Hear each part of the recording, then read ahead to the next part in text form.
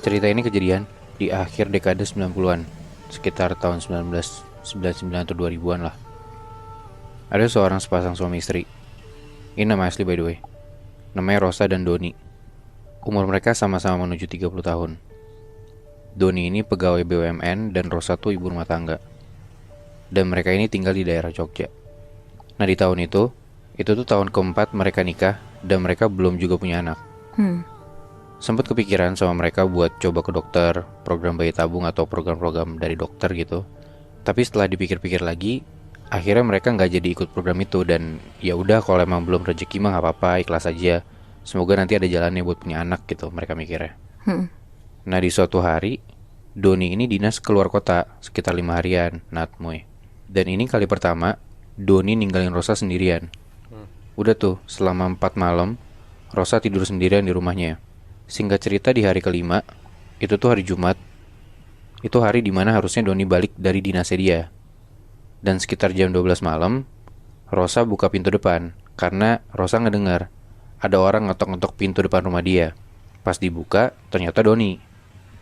Nah setelah masuk rumah, entah kenapa di malam itu Doni itu birahi banget Natmoy. Dan Doni itu minta buat berhubungan sama istrinya. Di situ Rosa mikir, oh mungkin udah 5 hari nggak ketemu, kangen kali suami gue sama gue gitu. Ya udah tuh mereka ngelakuin hubungan suami istri di kamar mereka. Dan di saat itu Rosa ngerasa kok Doni itu agak beda. Bedanya tuh Doni pas lagi berhubungan suami istri itu, suaranya Doni ini kayak berat menggeram gitu loh. Kayak kayak gitu.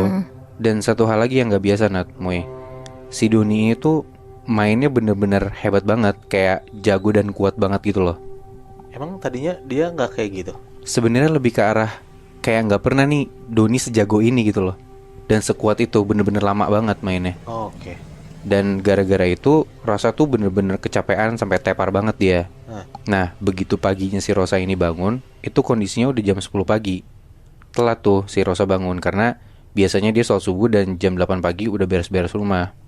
Tapi dia lihat si Doni ini udah bangun duluan. Nah Rosa nanya ke Doni, aku kesiangan kok gak dibangunin. Terus di situ Doni jawab, iya tadi malam aku sampai rumah kamu udah tidur, kayaknya kecapean banget. Makanya aku gak berani bangunin, takutnya kamu ngantuk. Nah si Doni tuh bilang, lagian ini hari Sabtu juga ya, biarin aja kamu istirahat sampai siang. Kaget dong Rosa, kayak lo berdua tadi, kayak ya baru sampai rumah, gimana caranya? Padahal tadi malam gue sama suami gue bisa main gitu kan. Tapi di situ Rosa diem aja karena dia takut kalau mungkin ya dia halu atau cuma mimpi doang gitu. Takutnya malah salah paham juga ya. Betul. Akhirnya dia nggak ngomong. Akhirnya dia nggak ngomong, diem doang.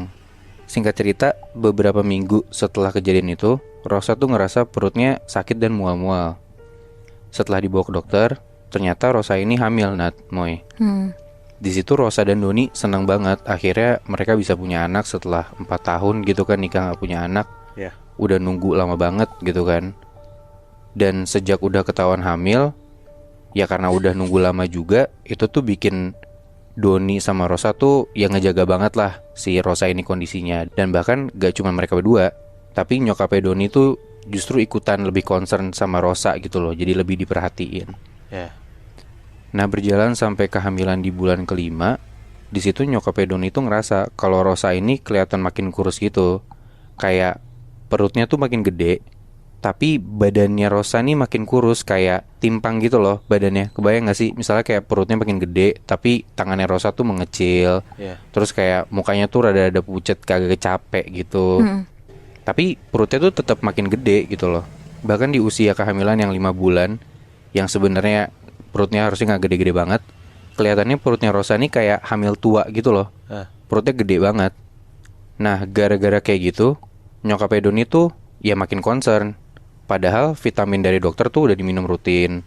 Rosa juga gak banyak aktivitas yang bikin capek, makannya juga teratur gitu loh. Akhirnya nyokapnya Doni ini ngide lah buat minta ke ustadznya dia, buat dikasih air sama ustadznya ini buat kesehatan Rosa dan bayinya gitulah. Nah nyokapnya Doni ini mikir ya buat jaga-jaga aja, gak ada yang macem-macem gimana-gimana gitu loh. Dikasih lah tuh air yang udah didoain sama ustadznya nyokapnya Doni ini. Terus nyokapnya Doni nyuruh Doni buat ngasih ke istrinya. Awalnya Doni gak mau Natmoy, Tapi nyokapnya ini maksa, kayak udah nurut aja lah biar sehat istrinya. Gak ada salahnya juga buat jaga-jaga doang gitu. Akhirnya dilakuin lah tuh. Doni ini nyampurin si air putih yang udah didoain, dicampur ke, kalau misalkan Doni lagi bikinin teh buat istrinya. Terus kalau misalnya Rosa minta ambilin minum, dia kasih air ini gitu. Dan setelah itu beberapa hari kemudian, perutnya si Rosa ini kayak melilit dan Rosa tuh ngakunya sakit banget badannya dia. Dibawalah ke rumah sakit, dicek sama dokter, dan tiba-tiba setelah dicek USG, bayinya Rosa ini gak kelihatan bergerak, Nat, Moy. Gak ada kelihatan detak jantungnya. Padahal harusnya kalau bayi dicek ke USG ada detak jantungnya gitu kan. Iya. Kayak gerak-gerak dikit gitu loh. Apalagi dia udah 5 bulan kan, Bi? Betul, harusnya udah kelihatan kan. Dicek lagi ke rumah sakit lain pun begitu juga. Yang kelihatan di USG tuh bukan bentuk bayi yang kecil kayak ya 5 bulan. Kalau dicek di USG tuh kayak kelihatan sedikit anggota tubuhnya atau gimana. Ini tuh enggak, kayak cuman segumpal daging doang dan gak gerak sama sekali. Aneh juga kan kenapa bisa kayak gitu loh. Setelah dicoba ke medis pun gak bisa, kemana-mana pun gak bisa. Si ibunya Doni ini akhirnya ngide lagi. Dia maksa buat ke ustadznya dia.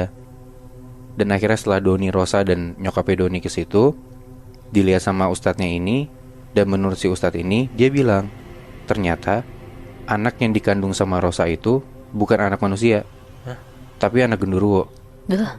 Dan ternyata hal ini kejadian gara-gara di saat itu yang pertama kali Doni itu dinas keluar, yang dia ditinggal 5 hari, itu tuh si Rosa dalam tanda kutip lagi main sama genderuwo yang nyamperin si Rosa. Gila. Jadi si Rosa ini disetubuhin sama genderuwo, yang mana genderuwonya itu tuh ada di sekitar rumahnya si Rosa dan Doni. Dan ketika Doni ini gak ada di rumah, si genderuwo ini masuk ke dalam rumahnya Rosa dan Doni, dan kayak seakan-akan kelihatan seperti Doni gitu loh. Jadi ya yang mereka lihat di USG itu sebelumnya itu bukan bayi manusia, tapi bayi genderuwo, weh. Nah, dan janin yang di dalam kandungannya Rosa ini mati gara-gara air yang udah didoain sama si ustadz ini. Setelah itu singkat cerita akhirnya mereka ke dokter. Kandungan yang udah jadi daging ini dikeluarin, dan ya yang keluar hanya daging-daging dan darah-darah yang menggumpal aja gitu loh. Jujur kasihan banget sih. Tapi di situ Doni pun ya ikhlas gitu sama apa yang udah terjadi sama istrinya. Anjing, berarti kasarannya kayak si Rosa tuh emang diincar sama genderuwo ini buat disetubuhin gitu ya? Iya betul. Sampai hamil gitu masalahnya. Dan bahkan yang dia kandung bukan anak si Doni, ya anak genderuwo itu gitu loh.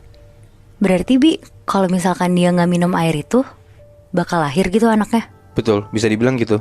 Anjing, kayak gimana ngelahirin bayi genderuwo ya? Serem juga kan. Cuman ya hitungannya malah jadi ya untung juga kan. Maksudnya bayinya meninggal gitu loh. Iya bener. Emang cukup desperate sih. Lo udah lama nikah tapi gak punya anak. Tapi ya mungkin wajar sih beberapa orang memilih untuk pergi ke dukun biar mereka bisa punya anak.